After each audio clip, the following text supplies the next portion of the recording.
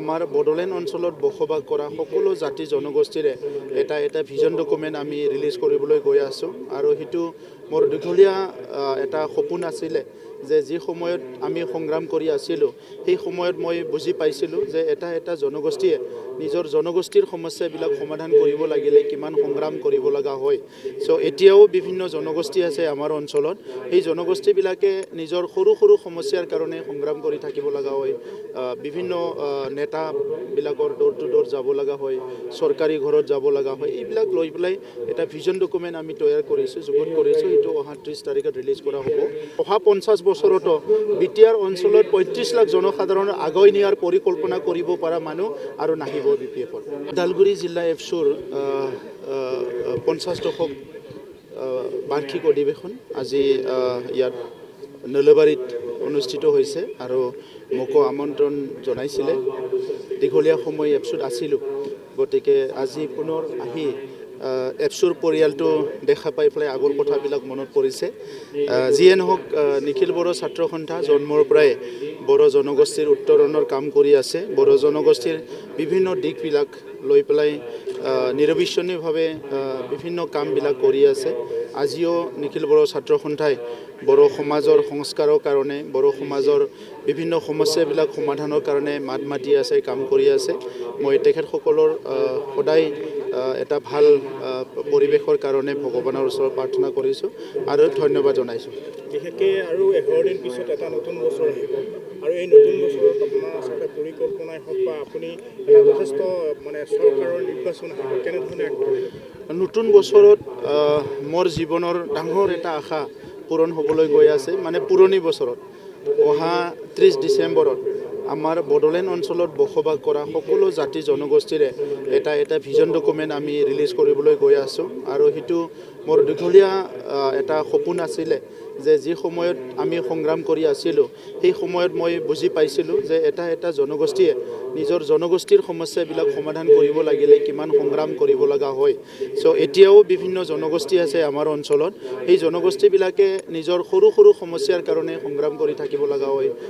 বিভিন্ন নেতাবিলাকৰ ডোৰ টু ডোৰ যাব লগা হয়, চৰকাৰী ঘৰত যাব লগা হয়। এইবিলাক লৈ পেলাই এটা ভিজন ডকুমেণ্ট আমি তৈয়াৰ কৰিছোঁ, যুগুত কৰিছোঁ। এইটো অহা 30 তাৰিখত ৰিলিজ কৰা হ'ব আৰু নতুন বছৰত আমি বহুতখিনি পৰিকল্পনা লৈছোঁ। 4টা বছৰত বিটিআৰ চৰকাৰখনত যিখিনি আমাৰ চিন্তা আছিলে প্ৰায় 4টা বছৰত আমি কৰি পেলাই কমপ্লিট কৰিলোঁ। মেইনটো হৈছিলে শান্তি প্ৰতিষ্ঠা কৰা, এইটো হৈ গ'ল। এইটো বহুত ভাল লাগিছে আৰু ঈশ্বৰৰ ওচৰত প্ৰাৰ্থনা কৰিছোঁ বড়োলেণ্ডত যাতে অশান্তি পুনৰ ঘূৰি নাহে। নিৰাপত্তাৰ কথা আছিলে, চবেই নিৰাপত্তা বিচাৰিছে, এইটোও হৈ গ'ল।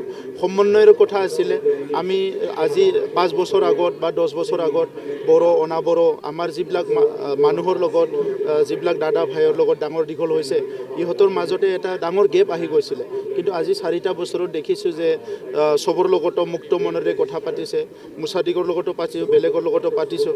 চ' তেনেকুৱা এটা ভাল এটা সমন্বয়ৰ এটা পৰিৱেশ আহিছে।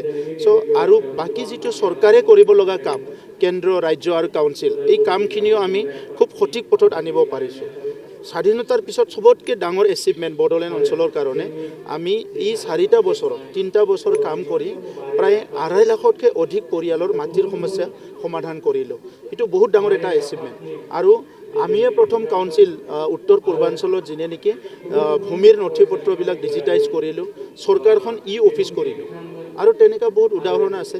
গতিকে আজি ক'বৰ কাৰণে বহুত ভাল ভাল খবৰ আমাৰ হাতত আছে। নিশ্চিতভাৱে এটা কথা ক'ব লাগিব, শান্তি প্ৰতিষ্ঠা হৈছে BTC আৰু 25ত যিহেতুকে নিৰ্বাচন হ'ব BTC, তাৰ কাৰণে আপোনালোকৰ ৰণকৌশল কি হ'ব আৰু পৰৱৰ্তী দিনত আপোনালোকে চৰকাৰ গঠন কৰিব?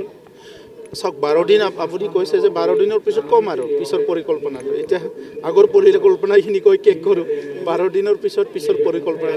BPF-ৰ CWDC মিটিং হৈছিলে, তাতে তেওঁলোকৰ প্ৰধান ইছ্যু প্ৰমোদ বড়ো হটাও BTC বাচাও, এই শ্লোগানেৰে তেওঁলোকে আৰম্ভ কৰিছে। তেতিয়াতো কোনোদিনে নোৱাৰিব তেখেতসকলে চৰকাৰ বনাবলৈ। বড়োলেণ্ড অঞ্চলৰ 35 লাখ জনসাধাৰণ মানুহৰ কাৰণে কি কৰিব এইটো কওক।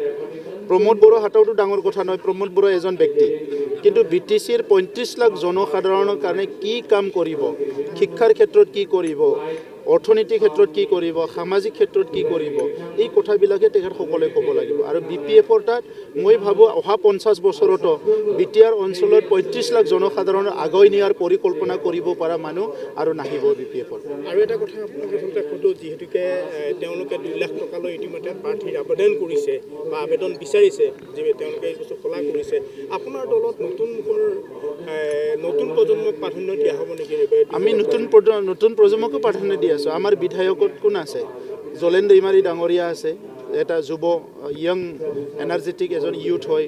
লৰেন্স ইছলাৰী ডাঙৰীয়া আছে, বহুত ইউথবিলাকে আছে আমাৰ তাত। আজি নতুন ইউথ আহিছে, বিভিন্ন জনগোষ্ঠীৰ ইউথবিলাক আহিছে, উইলছন হাজদা আছে, বহুতে আছে, চব নতুনবিলাকে আহি আছে। পুৰণিবিলাককো ৰাখিব লাগিব, নতুনকো ৰাখিব লাগিব। কিন্তু যিটো ৰাজনৈতিক বজাৰ আৰম্ভ কৰিছে BPF-এ, এনেকা যদি মাৰ্কেটিং কৰে, এনেকা যদি প্ৰফেশ্যনেল পলিটিক্স কৰে, তো ৰাজনীতিটো এনেকুৱা লাইনতে যাব। ৰাজনীতিটো কিনা বেচা হ'ব নালাগে, ৰাজনীতিটো দাম দৰ হ'ব নালাগে। ভাল ব্যক্তিজনক টিকেট দিব লাগে, ভাল ব্যক্তিজনক সুযোগ দিব লাগে। আৰু হাগ্ৰামা মহিলাৰী ডাঙৰীয়াই যিটো মাৰ্কেটটো অ'পেন কৰিলে, তাতে আপুনি গম পাই গ'ল যে হাগ্ৰামা মহিলাৰী কিমান চিন্তা কৰিব পৰা এজন ৰাজনীতিক নেতা হয়।